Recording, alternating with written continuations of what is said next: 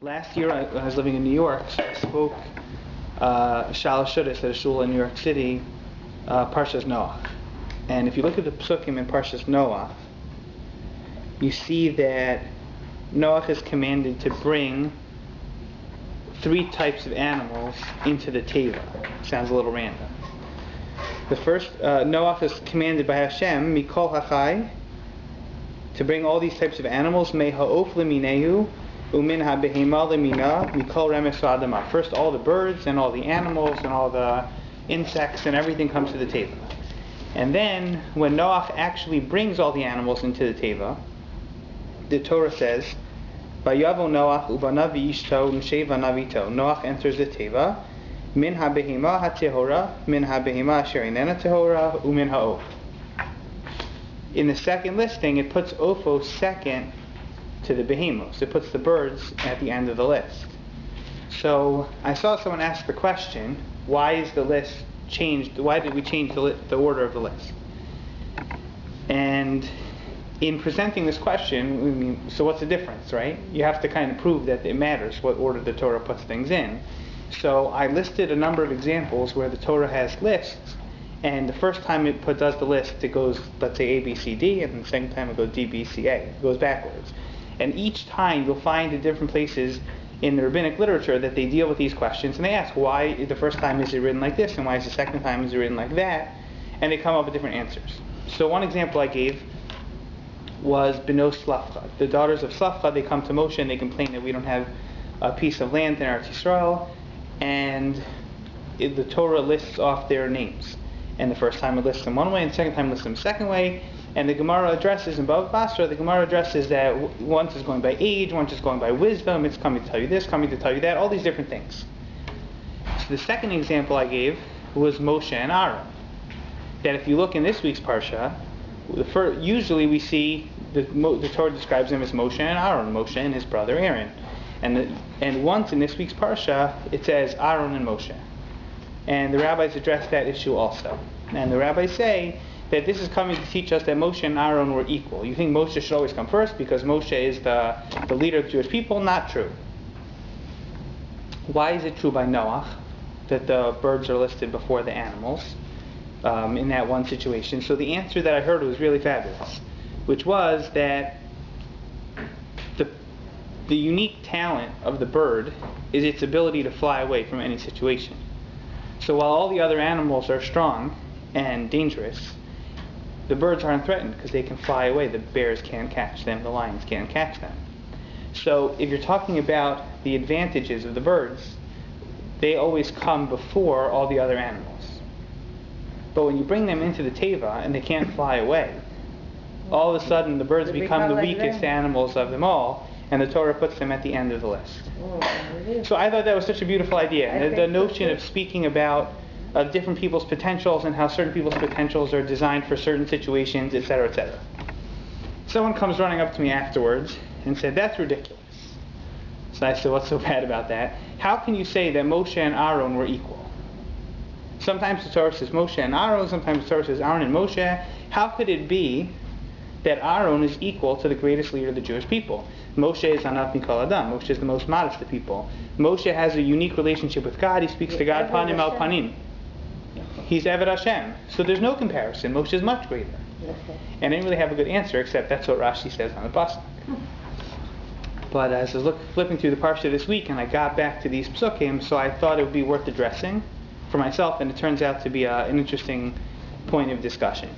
So in order to deal with that issue, it's important to have a little bit of background about the role of Aaron in Mitzrayim.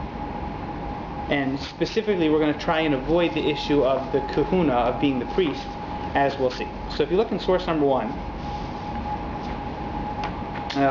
from last week's Parsha, Perek Daled, Pasuk Yud Beis. V'atalech, this is that conversation between God and Moshe about whether he should take on this position as leader of the Jewish people. So Hashem says, V'atalech, now you should go. V'anochi ehyeh in picha, and I will be your mouth. V'horesicha asher tidaber, and I will teach you what you should say. Moshe says back, Pasuk Yud Gimel, Vayomer bi Hashem, he says, please my Lord, Shlach na biad tishlach, which means send whoever you want to send, meaning don't send me. Moshe is not interested. We'll see a little bit more about that. Vayicharaf Hashem b'Moshe, 14. God becomes angry with Moshe. Vayomer, and he says, Halo Aaron achicha halevi, Aaron, your brother, the Levi, Yadati ki daber yidaberhu. Apparently God gets what Moshe was referring to. And he says, I know exactly who you're talking about. And he says, don't worry, he's going to speak for you. Daber yidaberhu. V'gam hinehu yotzei l'krasecha. Not only have I already assumed that Aaron's going to participate in redeeming the Jewish people, but he's already on his way out. When he sees you, he will not only tell you that he's happy, but he will be happy internally as well. He is proud that his brother is going to take this position. Why does the Torah have to tell us that? Why wouldn't Aaron be happy? Just because he was older? He should have gotten the job? Maybe just jealousy. Maybe there's also something more. V'di bartai love, speak to him. V'samtas hadvarim b'fiv, and I will put the words in your mouth. V'anochi ayeh impicha v'impiyu, v'horesi eschem es asher tasun. God says, don't worry, I will take you step by step. I'll hold you by the hand into the court of Paro, and we're going to figure something out. V'diber hu lecha el ha'am, Aaron will speak for you to the people. And he will be a mouth for you. And he will be for you a leader. Interesting usage of Leilohim, kind of like a godly term, but not in this context. So Moshe says, I don't want to go. Basically Moshe says, you already have somebody.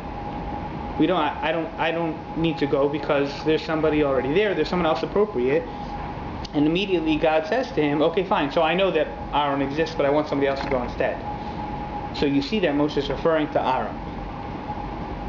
So source number 2 is the Gemara in Zvachim, Kuf Beis Amraf, page 102.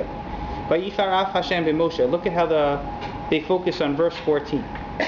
God gets angry at Moshe. Yeshua ben Karfa Omer, Kol Charon Af Shebetorah Nemar Bo Roshem. Each time there is anger, Charon Af, in the Torah, it always comes with an impact or a consequence. God doesn't just get angry and nothing happens and then he gets over it. If God becomes angry, there's going to be a consequence to it. Vizelo nemar bo roshem. But he says, I looked all over and I couldn't find any impact from God getting angry at Moshe.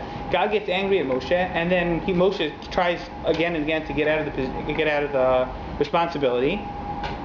And God convinces him to go, and he says, okay, and that's it. There's no consequence. What's the big deal? So why does the Torah say Charon Af? God was so angry. Who cares? Nothing happened. So Rav Shimon Bar Yochai disagrees. Rav Shimon Bar Yochai Omer, Af zed nemar bo rosha. He says here too there was a consequence or an impact. Shenemar, because the pasuk says right afterwards, right? Vayicharaf Hashem b'Moshe. God gets angry at Moshe. Vayomer halo Aaron achicha halevi. Behold, your brother Aaron the Levi. V'halo Kohen who? Aaron's the Kohen, isn't he? Says Rav Shimon Bar Yochai. Hachi ka'amar. So what's the Torah trying to say? Ani amarta. This is God speaking. God says, I said, Ata Kohen v'hu Levi. You, Moshe Rabbeinu, were destined to be the Kohen of the Jewish people, and your brother, he would be the Levi. He would continue the family of the Leviim, but you would be the Kohen. Achshav, now that you angered me, now that there was Charon Af, hu Kohen bat Levi. Now we're going to switch it up. So on the one hand, we see here that Aaron is already playing a role in the Jewish people. Because when Moshe says, send whoever you're going to send, what he means to say is send Aaron, who is already in the position of leadership in Mitzrayim. So then your instinct would be, well, he's Aaron a Kohen. Of course he's the leader of the Jewish people. And that's why I think source number 2 is valuable. Whatever role Aaron plays, it is not a role of kahuna. It's not a role of the priesthood.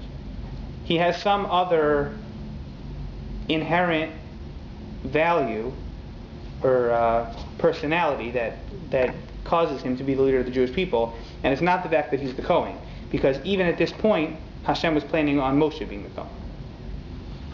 I just asked, when was the aspect of firstborn pushed aside for it to be a tribe of Levi? What do you mean? Wasn't the firstborn supposed to have a role with respect to... Right, there was still going to be a Kohen Gadol. I think there was always going to be a Kohen Gadol. It wasn't going to come from the Bechorim. I think whatever role the Bechor was supposed to have in the Beit Midrash, they lost. So the fact that Aaron is older than Moshe has no significance? You think Aaron's position is because he was a Bechor. So he would have had some role, but not as a Kohen. It's a good point, though. Different field. Right. But he's just saying Kohen, not Kohen Gadol. Right, well, presumably if he's the first Kohen, he's going to be the Kohen Gadol. I'm making that assumption, that's true. I can't imagine that the first his kids would be the Kohen.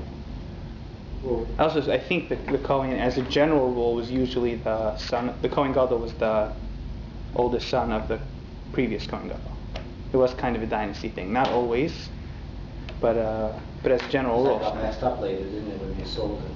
Yeah, that definitely no question when the Kuna was up for sale that's going to happen, but for sure. Okay, so we see that Aaron HaKohen, as we always refer to him, was not necessarily destined to be the Kohen until Moshe makes a misstep. So then the question is, okay, I understand why Moshe deserves to lose the kahuna for angering God. And it's interesting that that's specifically why he loses his kahuna, but why does it go to Aaron? So that's source number 3, the Gemara in Shabbos, Kuf Lamed Tesem Aleph. Amar Rev Milai said, Bischar, as a reward for the verse which we just read, Bira'acha v'samach belibo, that Aaron will see you coming and he will be happy in his heart, Zacha lechoshen hamishkvar alibo. He merited in receiving the choshen on his heart. Now, it could be that this doesn't justify being Kohen in general, and it's specifically referring to the choshen, but most likely, this Gemara means to say, why did he deserve to be the Kohen? And it's focusing on that component of Lev, that Aaron had that true happiness for his brother, that his brother would be the leader of the Jewish people, and that's reflected in the Choshen. Also a beautiful part of being a Kohen. You have to do the bracha with the Simcha and Ahava. Right, true. That's the whole issue with the people in the crowd also. Kohen and being angry at them not being angry at the Kohen, But etc. even it was done, this action with the Aharon, that Hashem made his heart like that. It's not something that he controlled it. I don't know. I don't know. Why would you say that? Because Hashem saying it's very specific, that he is going to, like, don't you worry, I will make him happy. You know, if you look back at that pasuk, I'm going to make you. It doesn't say that at all. he says, "Hinei hu yotzei lekrasecha." Rashi points out on that pasuk. I think Rashi says it. "Hinei hu yotzei lekrasecha" is in present tense. Right. He's already on his way out on his own. He has a nevuah that Moshe's coming back. Fine, but he says that when he see you, and he'll samach belibo for not to be jealous of Moshe Rabbeinu. Interesting. But that doesn't mean Hashem knows what's going to be, and He knows what will be in His heart. That has nothing to do with Him. He doesn't say anywhere He's not going to change it. This is Aaron's own bechira. It's just that Hashem knows. One other example, it's interesting. Aaron HaKohen, you think reminds me of it now, when his sons die, when Nadav and Avihu die. So Vayidom Aharon. So what does Vayidom Aharon mean? So they pointed out that it wasn't just that he wasn't complaining outward, but that he had some kind of internal peace. That there's always this person who we're going to talk more about, Aaron being an Ohev Shalom and a Rodef Shalom, but he doesn't just express peace externally, but apparently he has some kind of internal peace, a resolution with these issues. So it maybe is the same trait later on in his life that we're seeing now at the beginning, in his younger years, that HaKadosh Baruch Hu was saying to Aaron, I hear your point, but Hashem is saying to Moshe, don't worry, I promise you Aaron's happy. But could be. And I personally admire Aaron. Like, for me, I also think that when you say they're equal, Moshe and Aaron, I will even go further and say he was even higher. The opposite approach. Yeah, That's not on the list of options for tonight. We'll see. Okay. Right, yeah. Now, as we study these characters in Chumash, we get more and more in trouble week by week. We'll come out with a different religion by the end of the year. Okay. Source 4. So now let's get into this comparison of Moshe and Aaron. Now jump into Parshas Vaera, Perek Vav, Pasuk Chavav. Source 4, verse 26. Hu Aharonu Moshe. This is right as they're going into the house of Paro. This is Aaron and Moshe. Asher Amar Hashem Lahem, that God said to them, Hotziu es bnei Yisrael mi Eretz Mitzrayim al tzivosam. Take the Jewish people out of Egypt according to their allegiance. And the immediate pasuk following, verse 27, Him hamidabrim el Paro melech Mitzrayim. These were they who spoke to Paro, the king of Egypt, Lahotzi es b'nei Yisrael mi Mitzrayim, to take the Jewish people out, hu Moshe v'Aaron. Do you see that contrast? It's Pasuk Chavav, Pasuk Chav Zayin. Hu Aaron Moshe, hu Moshe v'Aaron. And that's where this is going to come from. Right, exactly. So it's opposite. So we'll get back to those psukim themselves in a second, but let's look quickly at source 5 and then we'll get back to it. There's a Tosefta right at the end of Mesechtas Krisos, Perek Dalet, Halacha Tesvav, all the way in the back of your sets of Gemaras. Rav Shimon Omer. Rav Shimon says, B'chol makom hiktim bria shamayim la'aretz.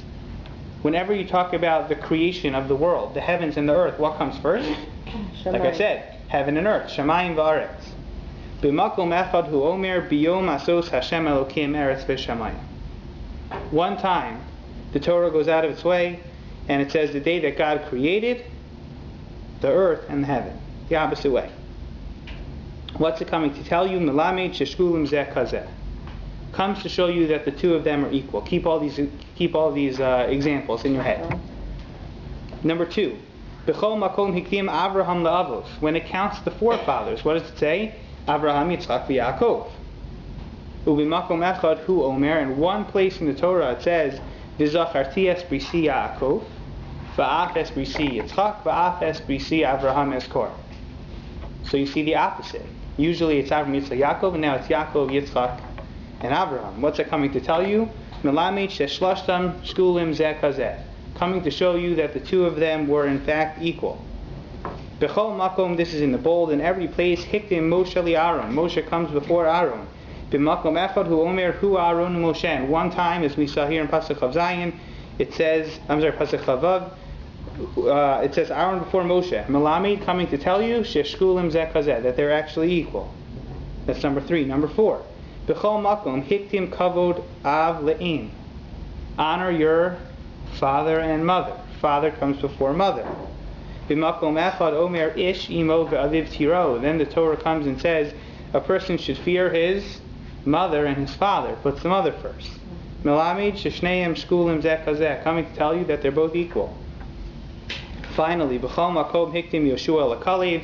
In every source we see Yoshua comes before Kalev. They were the two of the Meraglim that didn't go off in the wrong direction. B'makom echad hu omer belti Kalev ben Yefuneh knizi v'Yoshua ben Nun. Hashem says, except for my two servants, Kalev and Yoshua. One time the Torah puts Kalev before Yoshua. Melamed sheshneim shkulim zeh kazeh, coming to show you that they're all equal. How could it be that if the entire time the Torah is talking about it saying in one order, and then one time it flips it, that shows that they're equal? Is one time enough? Right. Thoughts? Or is it one time in that specific situation? Okay, so we have to figure out what shkula means. I think that's one way out of it, if you want to say that. But yeah. Yeah. So question number 1 is that's a great question. Is one time enough? No. Every time Shemayim v'aretz, Shemayim comes first, and Shemayim is Kiddusha, all these things. So of course it's going to come first. One time the Torah says Eretz v'Shamayim, I wouldn't make such a big deal about it. And all the mothers in the room will disagree when it comes to fathers and mothers, but that's a different. We always heard it different. So there's another interpretation of that pasuk true, but in this we'll focus on one context at a time. There's one issue. The second, so you have to figure out that. Then the question is, which place is it being switched at? Is it at random? You have 5, 6 times it says in the Torah, 10 times it says in the Torah, Yeshua and Kalev, Yeshua and Kalev. One time it says Kalev and Yeshua. Why there? So that's another good question. And maybe it's time specific, that under these circumstances they're actually the same, but in the larger picture it's Yeshua and Kalev. It's Avram, Yitzchak, and Yaakov. And then the question is, what's the point? What are we trying to say, that they're actually shkulim? What does it matter? Was it important, really? Right. Another interesting point. So we'll have to try and answer as many of these questions as possible. Okay. If you look at source 4 a little bit more carefully, let's address that example specifically. In these 2 psukim, why would Aaron come before Moshe in Pasuk Chavav, and why does Moshe come before Aaron in Pasuk Chav Zayin? You could say it's random, and the point is that they're equal.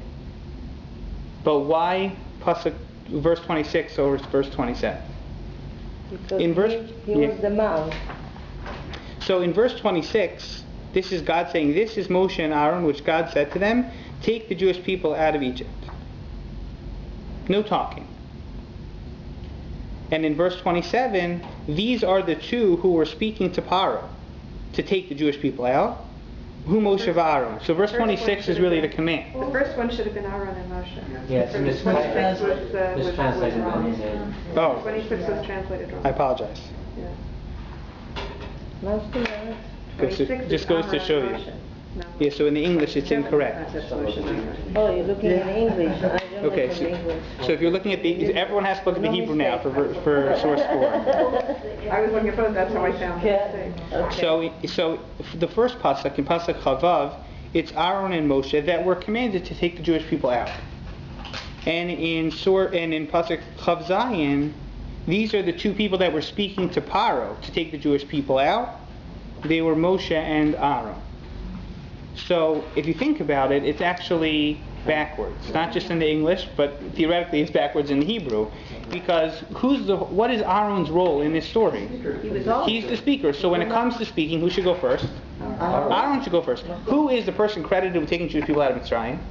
Moshe. So when it comes to taking the people out, Moshe should go first. And then they're backwards. Not only that, when it comes to Hashem talking to them, which is in Kafav, Hashem spoke to Moshe. Right. So now, it's true, it is a minor detail in the story. You have to look hard to find any place where Hashem speaks to Aaron. But one of those places was right here in our sources. Hinehu Yosei Lekrasecha. Why is Aaron walking out to the desert to meet Moshe? How does he know Moshe's coming? He's clearly speaking to Hashem, or some level of nevuah that he's connected to God for. But for the most part, when the Torah goes out of its way to tell us that someone is talking to God in Yetzias Mitzrayim, it's talking about Moshe. And in that pasuk, Aaron comes first. And then when they show up in Paro's house, and Moshe's conversation with Hashem takes a long time. And Hashem first convinces Moshe to go, and then Moshe changes his mind, and then he doesn't want to go, and then Hashem gets angry. And the Mefarshim address that issue. How come Moshe is complaining so many times? And the first time, some of the Mefarshim say, Moshe thought he would only have to speak to the people. You want me to go to my fellow Jews and say to them, God's going to take us out? That's wonderful. I don't mind doing that. I think the Ramban makes this comment. And then he says, oh, by the way, when you're in Mitzrayim, can you stop by Paro's house and tell him that he's going to get 10 makos? And Moshe says, I can't talk to the king. You want me to talk to the people? You tell me they won't make fun of me. That's fine. Again, depending on how you understand what exactly Moshe's issue was. Aras Hasayim, that physically he couldn't speak well, spiritually he couldn't speak well, couldn't relate to the people. That's a different discussion. Whatever that means. But then he says, you want me to go to the king? There's no way. And when they go to the king, who comes first? Who Moshe Aaron. So this really highlights the point of that Tosefta. You want to know how equal they were? In every part of their life, at least in this stage of their life, no matter what they're doing, they're equal. You want to say, oh, when it comes to talking, Aaron's better? Not true. Shkul. When it comes to taking Jewish people out of Mitzrayim, you've got to give Moshe the credit. Clearly God chose him. No. Who Aaron and Moshe? But it's difficult. The Netziv has a very simple explanation of this pasuk, which is very creative. Pasuk Chavav is focused on taking the people out. Pasuk Chav Zayin is focused on talking to Paro. Aaron comes first in the first pasuk because he is the person that the Jewish people knew, says the Netziv. Moshe shows up, they don't know this guy. How would they know him? He spends all day, most of them probably never met him. The ones who did meet him tried to get him convicted of a crime. He runs off to another country and he shows up and he says, I'm Jewish and I'm taking you out. Nowadays he wouldn't even get in the door. So who is Aaron? Aaron is the person who says, no, he's actually Jewish, he's my brother. He gets him his whatever citizenship in Israel nowadays, or whatever the equivalent would be. Yeah, he's a sponsor. So Aaron comes in and he says, this is my brother, you should trust him. So why do they believe Moshe? Because he has Aaron standing right next to him. Who Aaron and Moshe? Aaron and Moshe took the Jewish people out. If Aaron wasn't there, they wouldn't have even listened to what Moshe had to say. Now says the Netziv very beautifully. So now they show up at Paro's house, and the officers in the court say to Paro, you have a meeting, someone called to see you. Who wants to see you? Aaron HaKohen. Deborah, you think he's heard of Aaron? Never in his life. But he says, they say, guess who's back? They say Moshe's back. He says, send him in. I want to talk to this guy. So that's how the Netziv explains Chav Vav and Chav Zayin, unrelated to the Tosefta, but I think it's a very creative idea. Very just practical explanation of the Psukim. But that doesn't address our question. What does it exactly mean that Moshe and Aaron are Shkulim Zeh Keneged Zeh? Okay. So let's try one approach in source 6 from the Kli Yakar, who we quote pretty often in this Shear. And the Kli Yakar is, well, let's read the explanation first and then we'll see exactly how it fits the Tosefta. Davar Acher, another interpretation. Lefisha Matzinu Shekolim Shlich Lazeh Haya Aaron Shluach El Yisrael Lashiva Midarkeim Harayim. First of all, here you see that the Kli Yakar is filling in that gap. Who was Aaron in Mitzrayim? Aaron was the spiritual leader of the people, or so says the Kli Yakar. And it was his responsibility to keep the people on track. Last week, we talked about this a lot last week. How religious were these people in Mitzrayim? Were they practicing? Were they not? So, however much they were practicing, the Kli Yakar credits to Aaron. Remember, we saw in Moshe Feinstein's comment last week, and we'll get back to something else from Moshe again. But Moshe pointed out the only reason Jewish people merited leaving Mitzrayim was because of these seemingly insignificant things. They kept their Jewish names, they wore Jewish clothes, things like that. So he says, he tried to explain it, but he said they were doing circumcision, they were not learning Torah, they weren't, what was their SHMOS?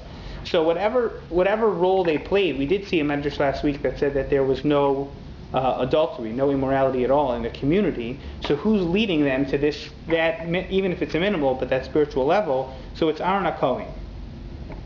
Lefisha matzinu shekodem shlich hozeh haya Aaron shluach al Yisrael lahashiva midarkeim harayim kedei sheyiyu ru'uyim le'tzias Mitzrayim. Aaron is keeping them on track so that they'll be fit for the Exodus. Uba'oso shlichos haya Aaron ikar. That role of maintaining Jewish identity in Mitzrayim, that was Aaron's job, and he was primary in that shlichus. V'al zeh amar Moshe shlachna biyad tishlach, hainu biyad misha Torah gil shlach. Moshe doesn't say send whoever you want. Moshe says send the person who you already sent. Aaron's already leading the people, and if Aaron's leading the people, why should he lose his job for no good reason? That's what Moshe's complaint was. V'al oso shlichos amar hu Aaron u'Moshe asher amar Hashem lohem hotzihu. Pasuk Chavav, when Aaron comes first, why does Aaron come first? Because he's already leading the people. Without Aaron there, they would have been lost. He was their spiritual leader. So on that shlichus, it says who Aaron u'Moshe. It was Aaron, the guy who everybody knows, who's leading Jewish people, and Moshe, who's the new guy. Ki ba'oso shlichos ha'Aaron ha'ikar al kein hikdimu. Therefore, Aaron comes first, because he was primary. Aval b'shlichos shel achshav she'ikaru el paro. The main focus of this whole situation, this whole dialogue of the 10 makos, is not between the Jewish people and their leaders and God. It's between Paro and God and whoever else is in between. And that's Moshe's job. Moshe's job is to talk to Paro. Aval b'shlichos shel achshav she'ikaru el paro. Vaday Moshe ha'ikar al kein hiktimu. Therefore Moshe comes first. The Amar, and it says, Heim hamidabrim el paro hu Moshe v'Aaron. They're the ones who spoke to Paro, Moshe and Aaron. So a little bit different than the Netziv, but in a lot of ways it's kind of similar. Not so much addressing, so are they equal? So, not roles. Exactly. They each have roles. They each have roles, but like Rafal said before, importance perhaps. At that specific time, when you look at Yetzias Mitzrayim, you focus on getting out of Egypt. Who gets the credit? So it depends. Aaron's maintaining the Jewish people to start, and Moshe shows up and finishes the job. But Aaron was there the whole time. But Aaron couldn't maintain the people when Moshe was in the mountain. He couldn't keep them away from making the calf. So someone said to me something that was very interesting, and we'll talk about this a little bit more also. Hopefully it'll fit in later. The Jewish people decide when it comes to when Moshe doesn't come back from Har Sinai, that they're going to build an egel. Now, whatever you call that egel, they're going an emissary of this or that, however you want to justify it. Who do they turn to? They turn to Aaron. What does Aaron HaKohen have to do with any of this? Why didn't they turn to Aaron? But maybe a better question is, why didn't they turn to Aaron? They wanted another leader? Right. If Aaron was their leader all along, why didn't they say Moshe? Some have said the opposite, that the reason they went to Aaron is because Aaron is the one who facilitates leadership every time. The Jewish people need to get out of, Aaron's not getting them out of Mitzrayim. Aaron is maintaining their Jewish identity in Mitzrayim. And then he comes in and they say, well, we need someone to get us out. And he said, here's my brother. So now they say, your brother's gone, who do you got next? But they're out. And so they say, we want this, and we'll talk about more. Aaron says, okay, fine, you can have an ego. To whatever extent he agrees. We won't pick on Aaron so much. But it's interesting. They always turn to him. He's the one who's facilitating this leadership. Aaron is always stage one. And he always brings someone in for stage two. So first it was Moshe, and then maybe it was the ego, to whatever extent. Is there any relationship to the two levels of Mashiach as well? Mashiach ben Yosef, Mashiach ben Dovid? It's like In what a way? preparation and then the redemption. Very interesting. זה לא קשור Interesting. לפרשת השבוע. Okay. Actually, you should know in one way, I'll tell The you, moon, okay? in one way it is kasher Parshat HaShavua. There's always a connection to the Parsha. So one way that it's connected to the Parsha is the following. No, don't worry. When Moshe goes back to Mitzrayim, so it says that he puts his children on the Chamor. You remember that? Vayarkivim al HaChamor. So we always quote the Lubavitcher Rebbe. And Mashiach comes on a Chamor. Who's number 3? Who else comes on the Chamor? Trivia, Parsha trivia. Jewish. Avraham. What's the difference? What's the difference between Avraham, Moshe, and Mashiach in terms of their relationship to their donkey? Abraham walked, one of them was on next to leading. I don't remember which is which. Abraham saddles his donkey. Moshe puts people on the donkey. And the donkey walks before Mashiach. So the Lubavitcher Rebbe explains that the bringing of Mashiach comes about through the ability to convert the physical world, Gashmias, into Ruchnias. So Chamor, the donkey, is also the root of Chomer, of physical things, which maybe has symbolism in the Bilam story. What does Abraham do? Abraham creates the notion of monotheism. He is the one who instills the world with the potential for spirituality. He creates that relationship. He saddles the donkey. He makes it rideable. Moshe Rabbeinu leads the Jewish people. He gives them the Torah. He brings them the Kedusha. He puts them on the Chamor. And the Lubavitcher Rebbe says when Mashiach comes, it will only be when the Chamor, when the Gashmias is so full of Kedusha, it's infused with Kedusha that it's spiritual for itself. And it leads the way. Mm-hmm. So that's a connection to the Parsha, if you want one. But, okay. So getting back to our question, are Moshe and Aaron equal? So if you look at the Kliyakar, you say in the process of taking the Jewish people out of Mitzrayim, Moshe and Aaron are equal in the sense that they play different roles. If Moshe would have just showed up and there would have been no Aaron, there probably would have been no Jewish people. So to say Moshe is the one who took the Jewish people out is denying all the credit that Aaron did, all the work Aaron did behind the scenes. So that I can buy that answer. Aaron and Moshe are equal in the story of Mitzrayim. Are Moshe and Aaron equal in the overall picture of their lives? Not necessarily. At least not at this point. You could say no. No. Okay. If you look at source number 7, someone pointed this out to me. When Aaron dies, the Jewish people, the Torah says they mourn him for much more, apparently, than they did for Moshe. So in source number 7, you have the Gemara in Tainus on Daf Tes. Rav Yossi Rav Yehuda Omer, Shlosha Parnasim Tovim Amdu Yisrael. 3 providers or financiers stood for the Jewish people. Eluhain, Moshe, Aaron, and Miriam. We're not addressing Miriam here. But Moshe and Aaron and Miriam were the 3 providers for the Jewish people in their time. V'shalosh matanos tovos nidnu al yadam. 3 great gifts were given by their hands. Ve'eluhain, Be'er va'anan uman. The well, the cloud, and the man. Be'er bischos Miriam. The well was Miriam's merit. Amud anan bischos Aaron. The clouds were Aaron's merit. Man bischos Moshe. So as you read this, you start to get that Minayin Shishkulim Hayu, how do you know that they're equal? So you start to see, hey, this is the 3 pillars that the Jewish people of the desert stood on. Mysa Aaron, I'm sorry, I skipped the line. Mysa Miriam Nistalik Hakudoshi. Miriam dies, the well went away. Mysa Aaron Nistalku Anani Hakudoshi. Aaron dies and the Jewish people lost the cloud. How do we know that? Kasavar Nidnula Rishus Lilachim B'Yisrael. When Aaron died and the clouds were gone, the enemies, the surrounding army said, hey, now we can attack them. So you see that something changed, so it was the clouds that disappeared. So they thought that they could come and attack. The pasuk says that the entire people saw that Aaron had passed away. Not that the Jewish people saw, that they were afraid. Why were they afraid when Aaron died? Because they lost their source of protection. So you see how critical all 3 of them were, right? Because they're all equal. But the Jewish people got their well back, and they got their clouds back, all because of Moshe Rabbeinu. Nis Moshe Nistal Kula. But when Moshe dies, they're all gone.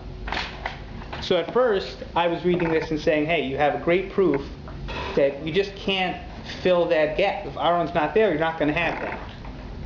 And then you see that you did. Well, when Moshe died, didn't they go into Eretz Yisrael? They didn't need any of it. They didn't need money. But how about the stage right before that, when Aaron and Miriam were dead and they got them back? Just because they had Moshe, that was enough? But they continued to need that.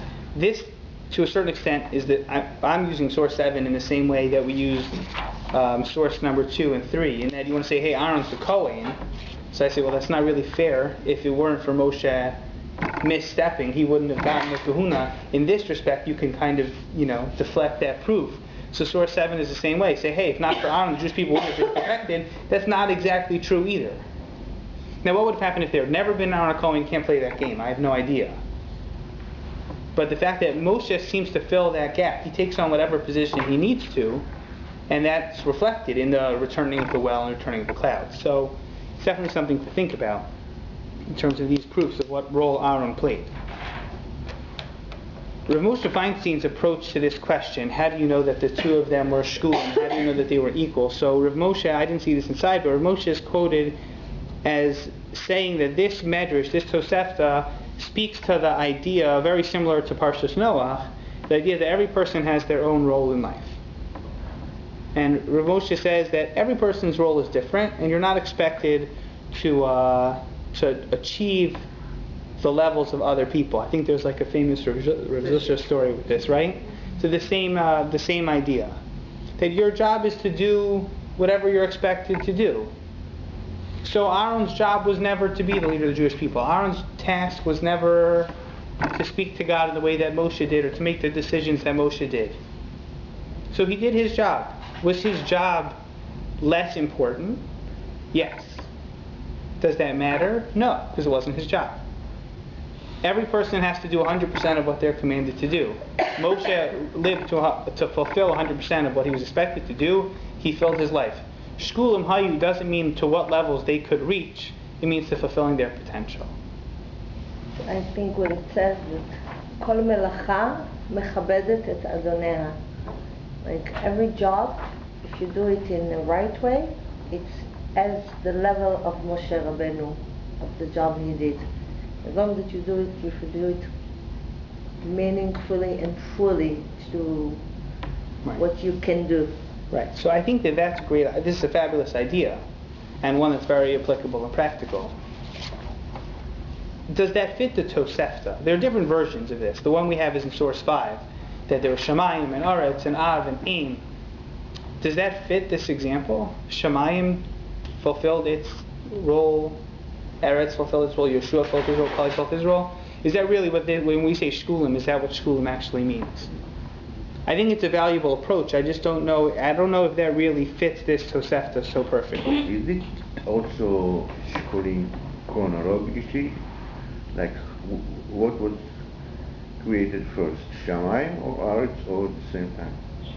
Shamayim is created first. So not shkulim chronologically. Not chronologically. No, I don't think so. Shukul is weight, or the weight. The weight. Right. Sounds like they're There's another approach here from Rav Kook, which one of my friends in the Kollel showed to me this week, which did not make the source sheet, so I apologize for that. And Rav Kook here focuses on what exactly Moshe and Aaron's roles were throughout their leadership of the Jewish people, not focusing on Yetzias Mitzrayim like the Kli Yakar, not focusing on Aaron leading the people before Moshe got there, Moshe leading the people out, but their roles throughout their lives. And the Gemara, I mean, everyone's familiar with this idea that Aaron was the Ohev Shalom and Rodev Shalom. Aaron was the one who always pursued peace in whatever means necessary. Told two people, Dr. Pelkovitz told us, Dr. David Pelkovitz, who's a psychologist in New York, who does a lot of training for teachers. So I just thought of this right now. He said that when he dated his wife, and his brother-in-law had set them up. And they went out a couple times and things didn't really work, and for whatever reason, so they stopped going out. But his brother-in-law was convinced that it was a really good idea. So he waited a while, and he called up his sister and said, you know, David really liked you and he feels bad the way that things went. It said whatever. And, you know, would you give him a second chance? Like he was embarrassed to ask you himself, but he really, you know. So she said, I guess, like, you know, if you really had a good time, you know, so fine. So then he called up David and he said, you know, my sister, she really was not happy with how things went, and she wishes she could do it over. She wants to know if you'll give her a second chance. So this is the psychologist here. So he got tricked by his brother-in-law, and they both went out with the mindset that the other one was really still interested in them, and now they have however many grandchildren that they do. They've been happily married for a long time. So that's kind of the role of Aaron HaKohen. Aaron's not always necessarily, I forget the exact words of that Midrash, he's not the most straightforward about the way he achieves peace, but he goes to people and he says they're sorry with the way things went, they want another chance, and everybody kind of works it out. Moshe Rabbeinu does not operate that way. Moshe Rabbeinu there's no gray, there's black and white. This is what he said, and you need to deal with it the way it is. So Rav Kook develops that idea. He was stutter, he couldn't talk so much. Right. So it's interesting, one of the explanations of Aral Sfatayim, I think, is the Maral. The Maral says, what does Aral Sfatayim mean? That Moshe was, however you want to translate that he had this damaged lip. So he says that what it meant was Moshe was incapable of dealing with the people in a physical way. Moshe was a truthful person. This is maybe one approach to that Maral. He was very holy and spiritual, and that wasn't necessarily what the people needed. Not always. So Moshe says it like it is, and that doesn't always work. It works in Shear. It works when Moshe is teaching. This is what Rav Kook says. But it doesn't work out in the field. So you need an Aaron HaKohen to get those kinds of things done. And that's really how the Gemara and Sanhedrin contrast the roles of Moshe and Aaron. That Moshe is really all about the halacha, Moshe is really about Torah, and Aaron is about those interpersonal relationships. So Rav Kook explains that that's really what this Midrash is driving at.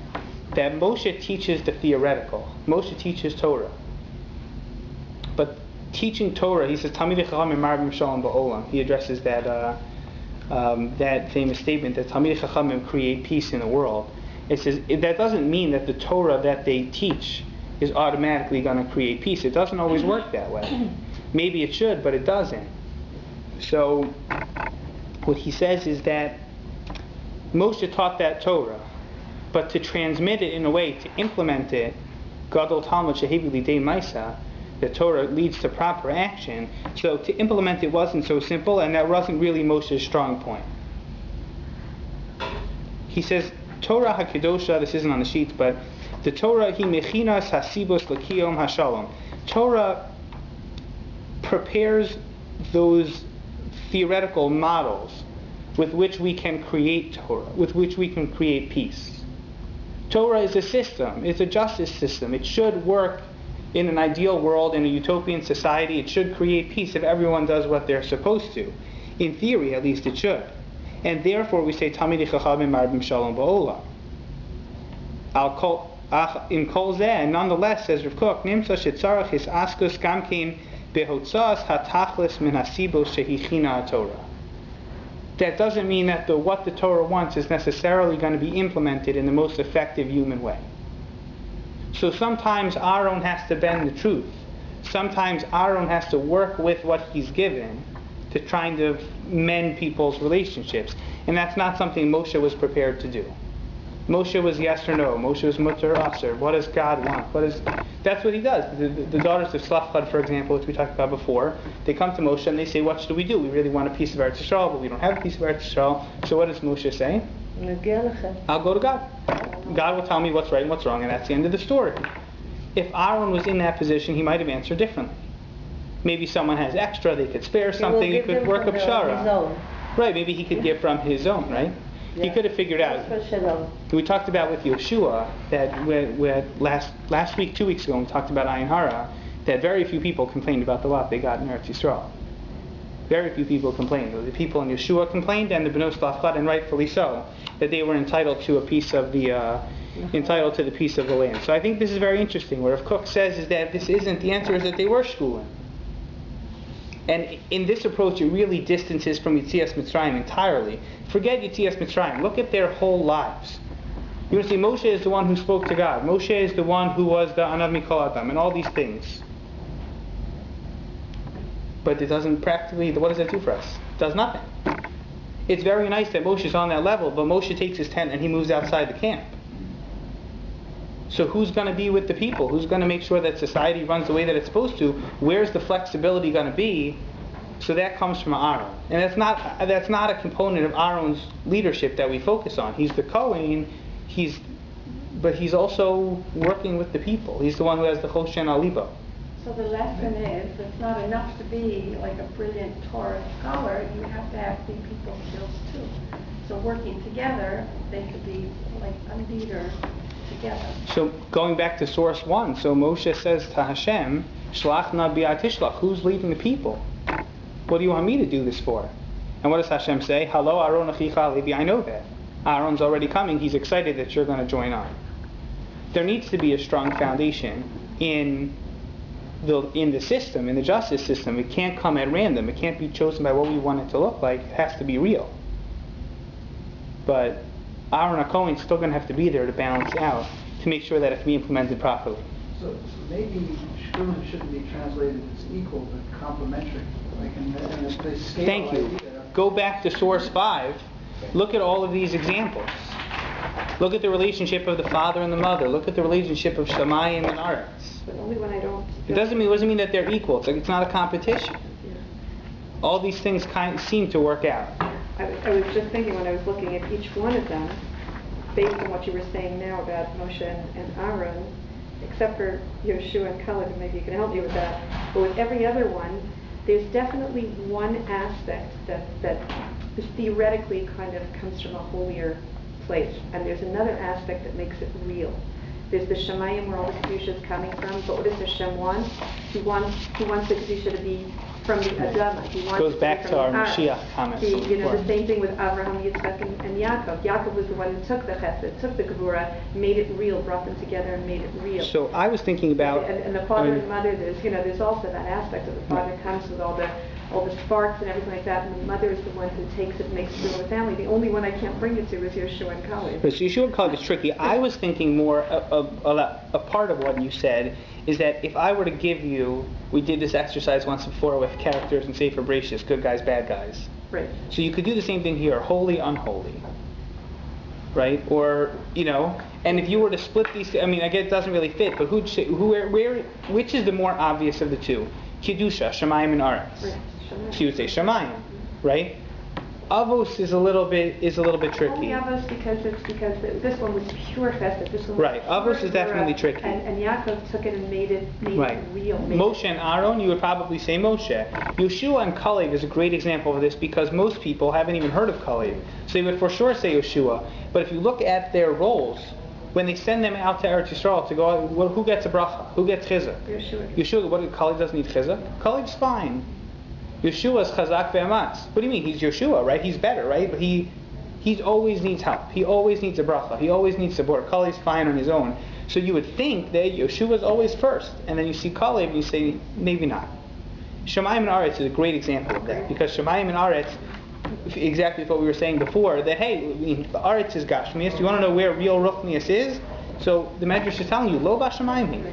It's down here. Well, we just learned this Shabbat with Rabbi Michalovich that the Shamayim and the Eretz were created for the Torah in Am Yisrael. So the Kedusha does not come from Shamayim. The Shamayim and the Eretz were made for the Kedusha and for the Torah. And they're just different avenues of achieving it. You know, and then, in a sense, they are schooling. There, it's more that they're one and the same. That's a different approach, that they're one and the same.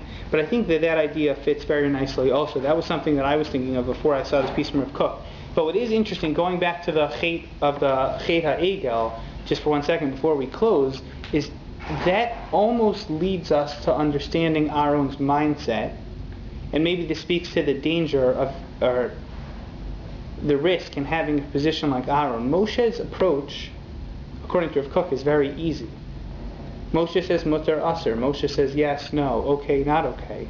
So it's very easy. Moshe says, I'm sorry, there's nothing I can do. The Torah says that that's forbidden. Now, Aaron doesn't go against the Torah, but he's always working to find a way to kind of mend things in such a way to appease both sides. And we know that that's very tricky, practically. And when the Jewish people come to Aaron, like we said, he facilitated their first leader, so they're asking him to facilitate a second, and he doesn't really know what to tell them. So why doesn't Aaron take a stance? Not to mention someone was killed for doing that, which already sets a precedent. But Aaron doesn't take that stance. This is Aaron's mentality. So he says, well, let's talk about this. What could we do that would make you happy? So this is what the people say. And then Aaron says, okay, so let's work with this. He doesn't object. He doesn't say get out of here because he'll be the next one to be killed. That's not his approach. It's not even, I don't think that he was worried about being killed. He's too good a person. He's too, I think he really thought that was his, like you said, that's his method, and he thought it was going to work. So it's almost interesting. interesting. Let me not say no, I'm going to be able to reason with them, kind of. How much blame does Aaron get for the ego? He's the one who makes the ego. How much blame does he get? Not much at all. Right. Not much at all. Yeah. And you understand why, because Aaron doesn't do these things for selfish reasons. He's a man who understands the moment. Right. He knew what they needed at that moment. He's case by case. This is chashuv. He's this person is very by important. person. And in that respect, they're shkulim to the extent that he doesn't get blamed for what happens at the Egel, because he's dealing with the people. He's doing the best he can to implement with the situation that he's dealing with. Had Moshe been there, obviously the question wouldn't have come up, but Moshe would handle a situation like that in apparently a very different way. And that's what Rav Kook says that is driving at. I mean, there are more sources that support this idea that Moshe and Aaron are equal, and on the comment in Brachos, which didn't make the sheets, and that's where Kook develops this idea that Moshe and Aaron are equal. Not in the sense that they're the same, not in the sense that both of them just kind of fulfill their positions in life, so Moshe was more important, but Aaron did the best that he could. They were equal because what Moshe wanted for the people wasn't practical enough. And in order for him to implement it, he needed an Aaron, the Oev Shalom and the Rodev Shalom, and that's maybe one approach to why they're school.